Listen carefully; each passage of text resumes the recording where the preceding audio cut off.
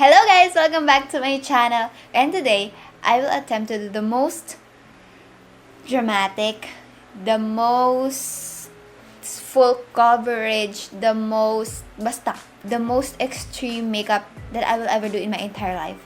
Okay, you know me.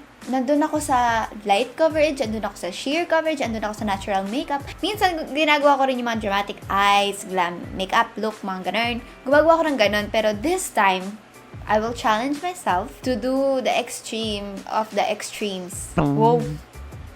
Pero ayun, basta i-challenge ko lang yung sarili ko na dapat full coverage to, na dapat as in flawless, with the baking and everything. So, parang para bang Instagram makeup, ganun.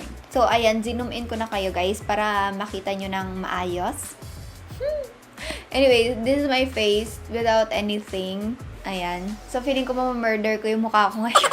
So, for the primer, I will use this Snoe Matte Blur Kemerut. Hindi ko talaga ma-pronounce. Ayan o, etong nasa baba. Hindi ko siya ma-pronounce, kaya hindi ko sinasabi sa inyo eh. So, meron itong SPF 50. Perfect kung lalabas ka man ng bahay or anything na mapupunta ka sa ilalim ng araw. So, for the foundation, gagamitin ko itong Milani Conceal and Perfect 2-in-1 foundation plus concealer. And ang shade nito is in number 6 Sun Beige. Pero, sobrang parang medyo dark ito sa akin. At sobrang mag-oxidize to sa akin. Kaya kaya haluan ko siya nitong Max Factor Lasting Performance Touch-Proof Foundation. Sobrang dami ng mga pangalan ng mga foundation na ito. Anyway, this is in the shade 105 Soft Beige. At ito naman, medyo slightly maputi sa akin. So, ipag-mix ko na lang silang dalawa. Super yung coverage nitong dalawa, guys. Hindi biro yung coverage nitong dalawang to. Sobrang full coverage niya, oh. May nakikita ba kayo, ha? May nakikita pa ba kayo mga dark spots, ha? My God, parang mga semento. So, doon na tayo. Magko-concealer na tayo. So, today, dalawang concealer yung gagamitin ko. Itong Maybelline Fit Me in the shade Sun Beige. Gagamitin ko for my dark circles. Pero feeling ko parang wala na ako kailangang itagong dark circles. Sobrang full coverage itong mukha ko ngayon. And then, itong Etude Big Cover Concealer Tip. Mas maputi ito. Kaya, ito yung gagamitin natin pang brighten ng mga areas. And then, itong lighter concealer sa mga highlight spots. So, feeling ko, hindi ko na kailangang gawin yung triangle dito. Kasi, tinan nyo, parang... Anyway, hindi ko na siya gagawin. Hindi ko na gagawin kasi parang hindi ko na kailangan. Feeling ko rin hindi siya lalabas kasi tinan nyo yung highlight ko nga dito, hindi masyadong naging effective. So, meron ako dito ng Etude Play 101 stick. Ibibake ko yung under eyes ko. And I will use my Naturactor loose powder. And then, gagawin ko rin yung ginagawa nila dito. Yung ganyan. Okay, di ko magawa.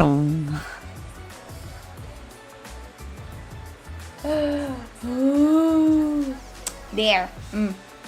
Bake kong bake, mga besh. Okay, di lang tayo. 1, 2, 3. So, iba-brush off ko na rin siya agad kasi, you know me, hindi gumagana sa akin yung matagal na baking.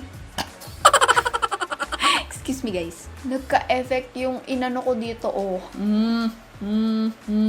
Anyway, sa buong face ko, gagamitin ko, ipang siset ko itong Daily Spell ng Baby Bench. For the kilay, ito yung gagamitin ko yung Snoe What's Up Eyebrow Embroidery. Ito yung may tatlong tip. So, lately, ginagamit ko to and nabibigay niya sa akin yung pack na brows.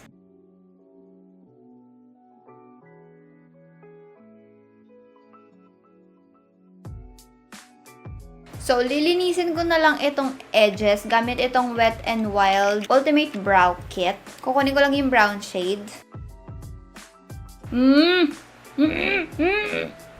Really? Oh my gosh. This is the most pakaka-eyebrows I've done ever. Doon na tayo sa eyeshadow. So, today, gagamitin ko for eyeshadow ay itong Morphe Dare to Create 39.8 palette. So, ito yung gagamitin nating eyeshadow palette for today. Hindi ko nga alam kung paano ko ipapakita sa inyo yung isa-isang shade na gagamitin ko. For the first shade, ito yung kukunin ko. Grabe yung pigment, no? Isang ano lang yan, Isang dip lang yan dito. So, next one, ito namang shade na ito. So, gagawa ko ng halo eyes. So, wow, halo eyes. First time ko gagawin yun, guys. Ayan. So, i-focus ko yung color dito. Tapos, sweep sa crease and then dito sa loob. So, etong shade naman na to, same placement, mas mababa lang doon sa nauna nating mas mababa lang doon sa una nating nilagay.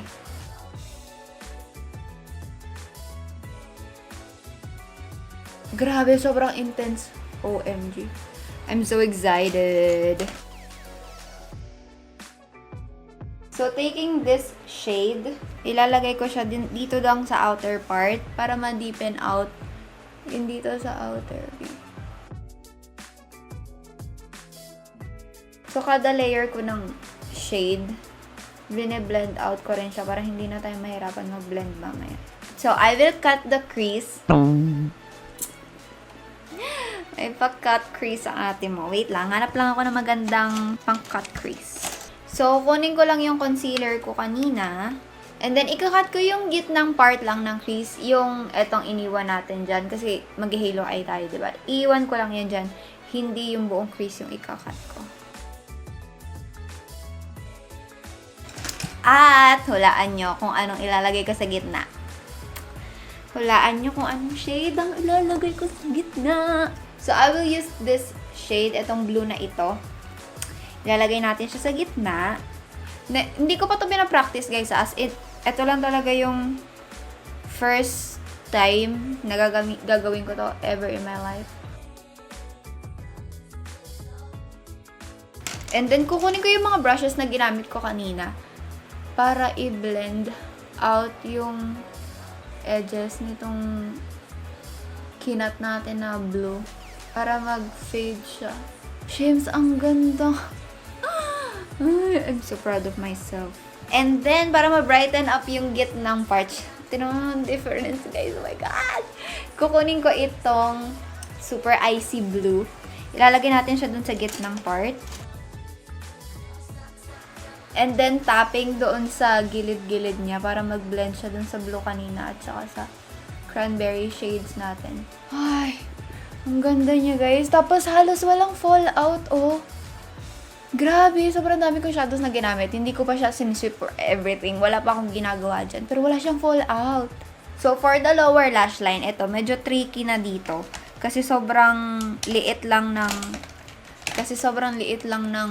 pwede nating paggawaan dyan. So, kukunin ko yung transition shade kanina. And then, yung brush nung cranberry shade. And then, yung shimmery blue, yung una nating blue na kinuha. So, this is the eye makeup done. Grabe.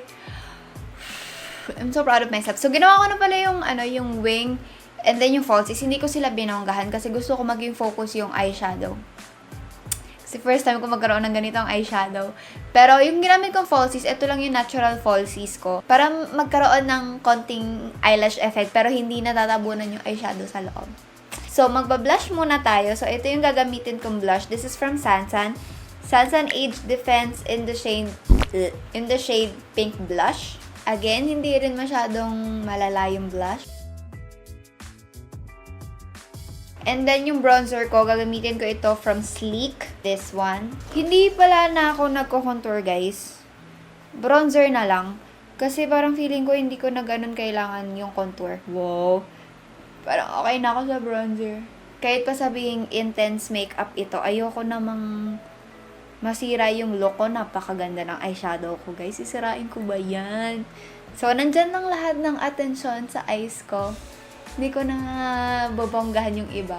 Highlighter na lang. Babonggahan ko yung highlighter. Yun lang. Same shade, different brush. Ito parang medyo may pagka-eyeliner brush. And then, i-contour ko ang aking ilan. Oh! Oh my gosh. So, I will use this. Ito yung high beam. Para super intense yung highlight natin. So, papatuwan ko pa siya ng powder later. Ito lang yung mini high beam.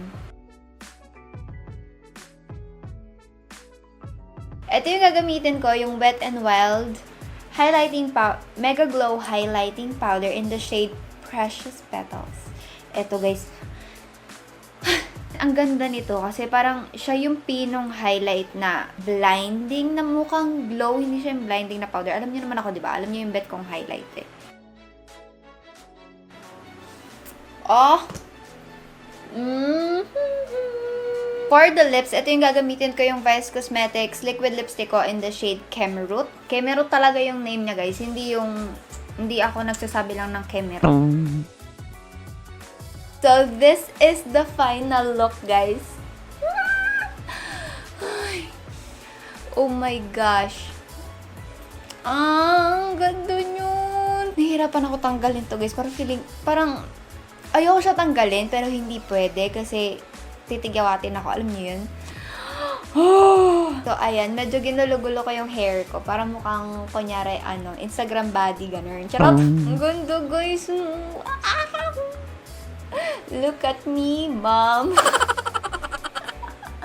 Ayun lang guys. Thank you so much for watching this video. And thank you so much na pinanood nyo ako na gawin itong challenge na to sa sarili ko. Oh my god. I can't stop blinking.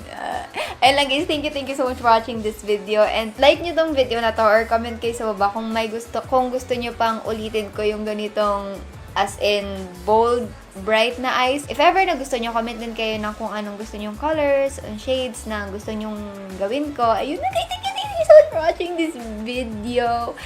And don't forget to subscribe for regular content from me.